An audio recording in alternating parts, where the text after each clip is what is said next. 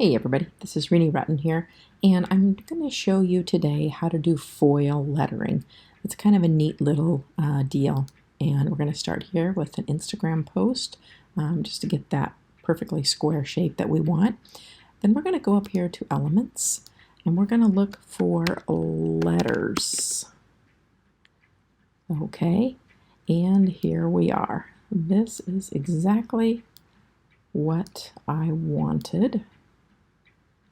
Okay, I'm going to grab all of these and resize them a little bit better.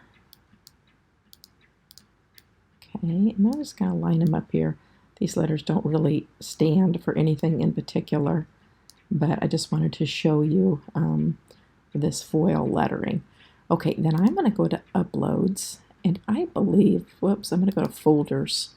I believe I've got something called backgrounds in here. There they are. And these are some pictures that I just took around town of walls and different things.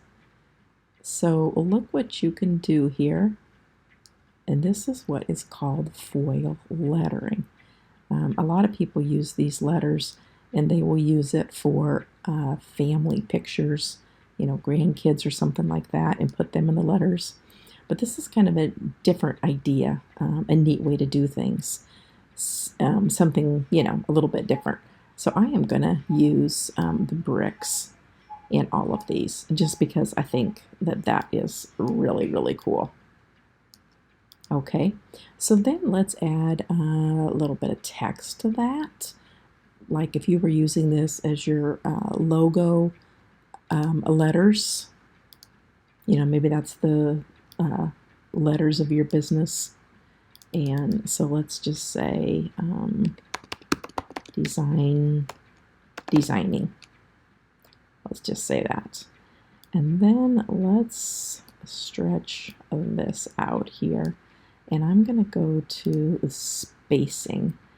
And I'm going to try and see how far I can stretch that out.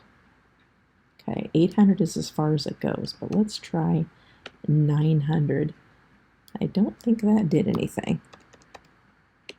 No, it didn't. So apparently that's as far as I can go. So if you want them to be the exact same size, this is what you can do. You can group these all together, and you can kind of make this part the same size as this part. So let's group these all here, and let's get back to the center where we see our markings. There we go. And there you go. That's a very simple way that is called photo lettering. Now, if you wanted to use this on your website, since I have the paid version, I can say download and I can say transparent background so that I am not getting that white background. But here's a trick that you can do. If your website is white, then this is going to appear as transparent. But let's say that your website has a black background. Let's see what we can do to try and make this appear transparent and make it work on a black background.